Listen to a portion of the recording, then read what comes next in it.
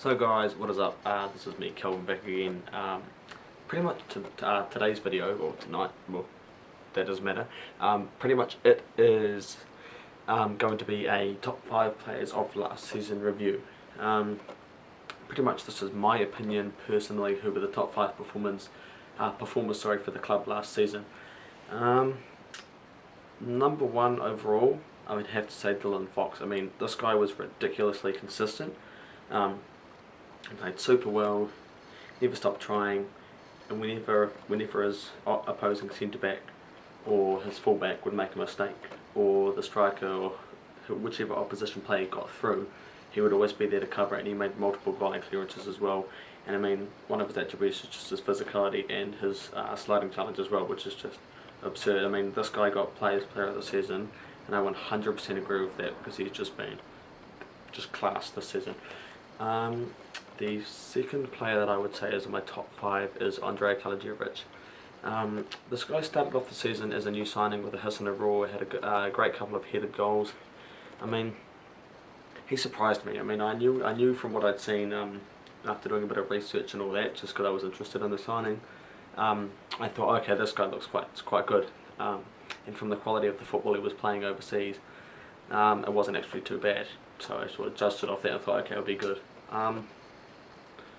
Sorry about that, guys. And I mean, he did impress. He scored a couple of great headed goals. He scored a great half volley against Sydney against Sydney at Allianz. Sorry. It was a great goal. Bottom left corner, half volley, low driven. But anyway, as I say, he did quite well. But then he dropped off a bit. But that was due to the team dropping off and hitting bad form.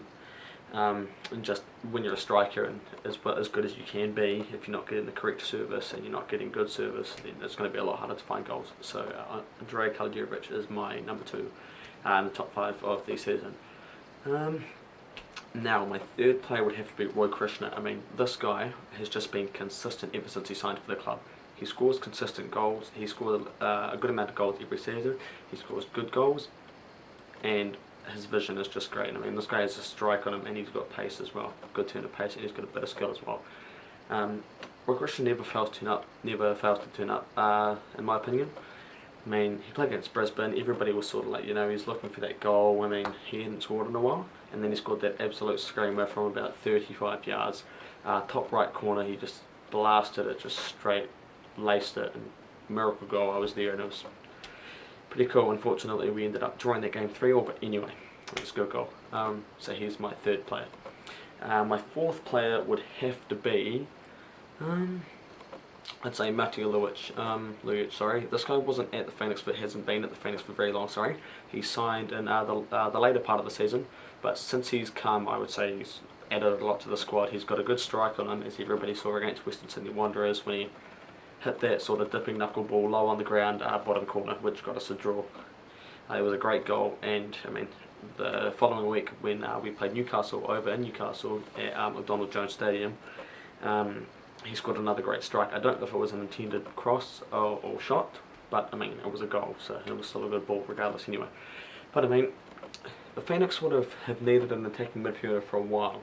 Earlier in the season we signed Dario Vidicic, but he left on bad terms and sort of made statements that the club, disrespected his family and stuff. I personally don't agree with that. That's not me being biased, that's just from what I've heard.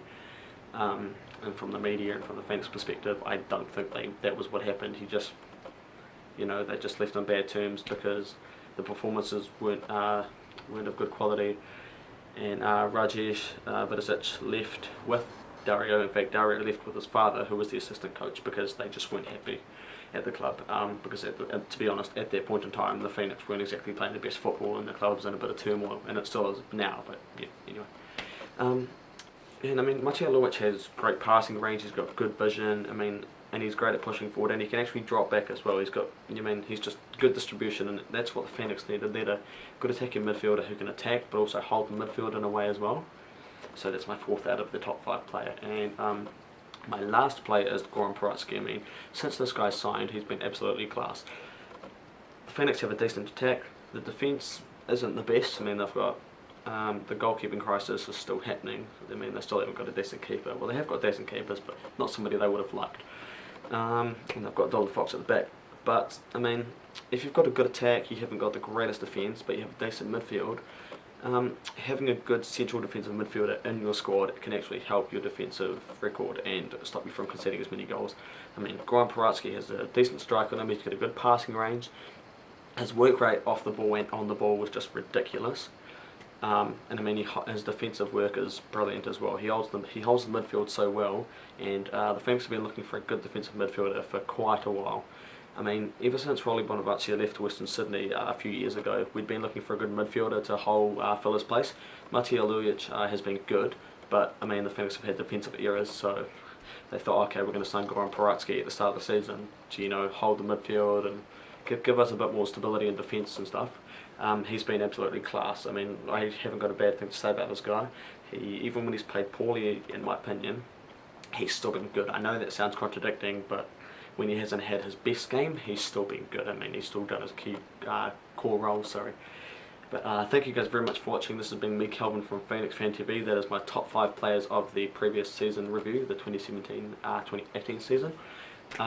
This is only the second video, but there is heaps more to come. The next video will be a discussion video on the whole of last season of the team review, basically